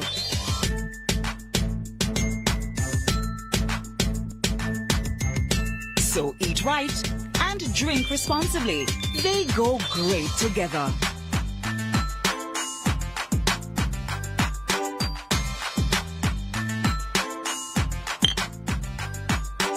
Cheers to the best in life.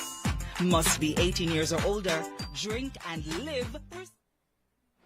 Cheers to the best in life. Can I have another round of applause for our amazing panelists?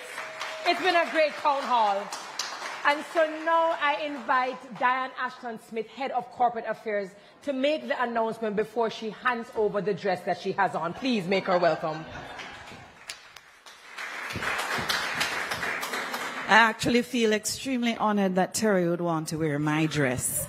But thank you so much, Terry. Always an amazing host. Really appreciate. Always amazing. But ladies and gentlemen, I really am so absolutely proud to announce this partnership. So Red Stripe, as you all know, is about, creating moments of togetherness and ensuring the joy that comes with it. And our purpose is we brew the joy of true togetherness to inspire a better world. And that reflects our commitment to fostering connections, making every social gathering memorable, as today was. Wouldn't you agree? Yes. Even without alcohol. Wouldn't you agree?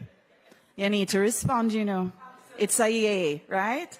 It's a yay. So imagine being at one of our events, music is filling the air, the excitement is palpable, and friends and strangers alike share in the joy of the occasion. So of course, it's Red Stripe, so drinks are flowing, there's laughter all around, and it's a night to remember. Meanwhile, behind the scenes, we are dedicated to ensuring that your joy is accompanied by safety and well-being. And this brings us to the heart of our mission and the power of partnerships in making it a reality. We at Red Stripe do recognize that addressing alcohol misuse requires a comprehensive approach. We call it a whole-of-society approach. And this means that we need to identify key stakeholders, and we also need to form strategic alliances that really have the greatest amount of impact to maximize our impact. And with that in mind, we have some exciting news to share with you today. It is, of course, exemplifying our commitment to responsible consumption and community well-being. So first, it is my distinct pleasure to unveil our latest partnership under our Drink and Live Responsibly campaign. So I need a drum roll, please. Yes. So I'm delighted to announce that GK Foods and Services has joined forces with Red Stripe to champion moderation and a healthy lifestyle. Thank you. Our aim together as partners is to educate consumers about the risk associated with alcohol misuse and to encourage responsible decision-making. So in addition to our existing partners with transportation companies, of course emphasize the importance of never drinking and driving, and our collaborations with organizations like Rise Life Management Services, which highlight the dangers of and the reduction that we need for underage consumption. This partnership with GK Foods adds yet another layer to our Drink and Live Responsibly campaign. And as of today, we have a one-year memorandum of understanding with GK Foods. And this agreement ensures that 876 branded water will be available for free to our guests at various events sponsored or owned by Red Stripe. So, while enjoying your alcohol drinks, you will have easy access to water, and you know what water does, right? Water is what they say of life? I don't know either, but it says something about the source of life, right? Terry, I thought you'd have helped me, you know. But here's the thing, though, with water. It's hugely important. Other than the fact that it's a big part of beer, we need water in its purest form to help you with overconsumption or to prevent overconsumption. And we know the dangers with excessive drinking, but this initiative is one step towards safeguarding our patrons. We've always said spacing your alcohol with water is incredibly important. But really, why? First, it helps you to keep hydrated, because you know alcohol kind of dries you out a little bit, right? And it makes your hangovers a little worse than they ought to be. So by drinking water, you replenish those lost fluids, and it helps maintain your body's balance. Some scientific information there for you. Moreover, once you pace yourself with water, it helps you stay more aware of how much alcohol you're consuming. And remember this, it slows down your absorption rate. It slows down the absorption of alcohol in your bloodstreams. So we're giving you all of this to make sure that you're drinking in moderation, that you stay hydrated, and it prevents the rapid onset of intoxication, helping you to stay in control, to savoring every moment, to enjoying the event safely. And as we like to say, drinking and living responsibly allows you to savor every single moment of true togetherness. And this strategic partnership we're absolutely proud of. So ladies and gentlemen, let's hear it for GK Foods and Services as they join forces with us. Unfortunately, she was unable to join us today because she's not feeling so well, but it is definitely something you will see. And just as a note of agreement, I'm going to invite one of the directors of GK Foods, who is also here. He's never been asked to do this, but we're just going to shake our hands as a show of this memorandum of understanding. I hope they won't throw you out as a result. But let's call on you, Dr. Ahi.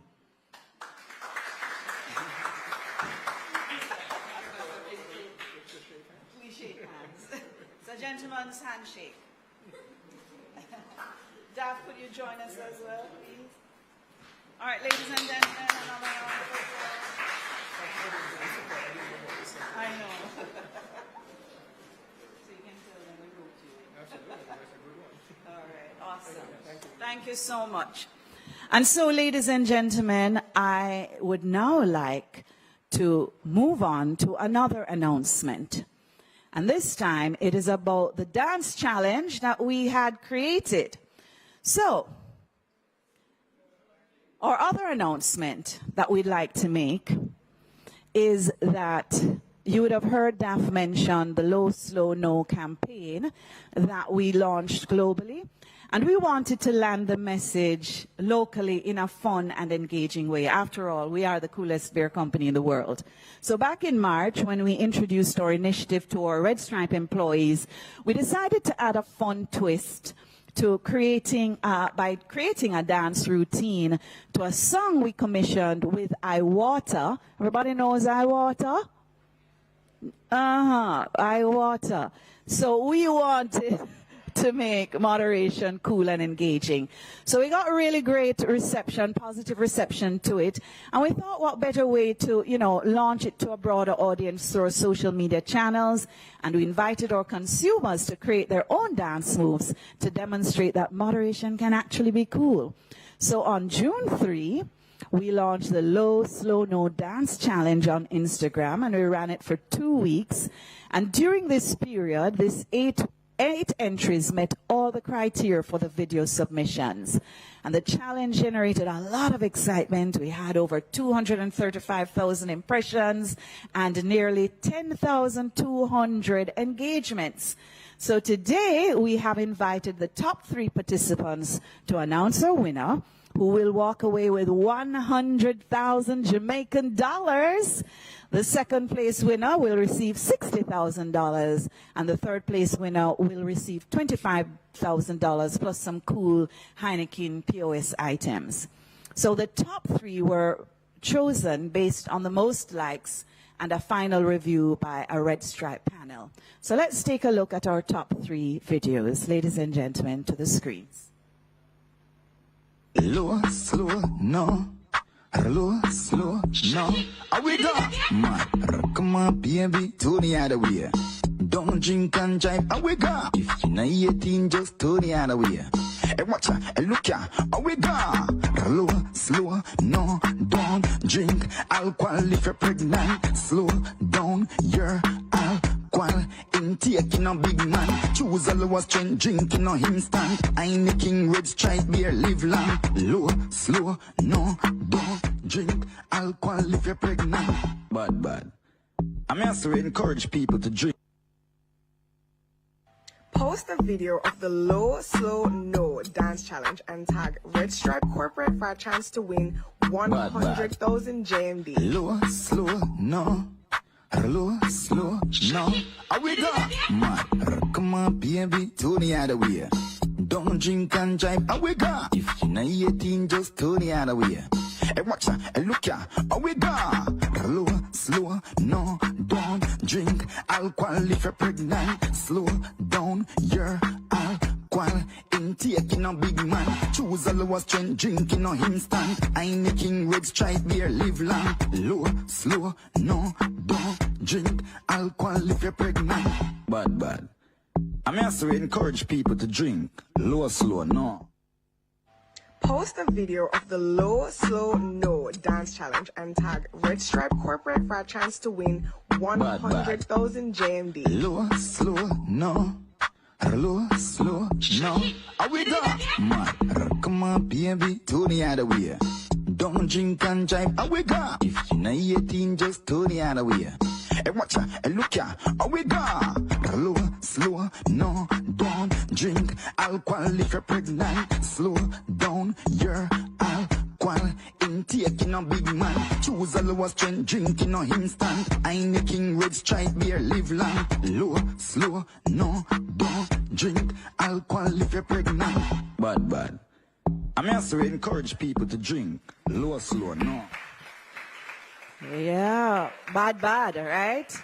I tell you, Jamaicans are so talented, and we are not a real place. Who does things like this? Them can dance, don't? I'm telling you. So, without further ado, it gives me great pleasure to announce the winners. So, in third place, ladies and gentlemen, drum roll, please. Let's hear it for Javon Hansen. Is Javon here?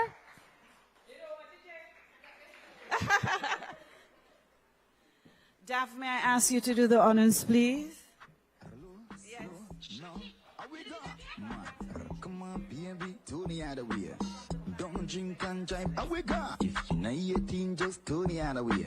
Hey, watch ya, hey, look ya, how we go?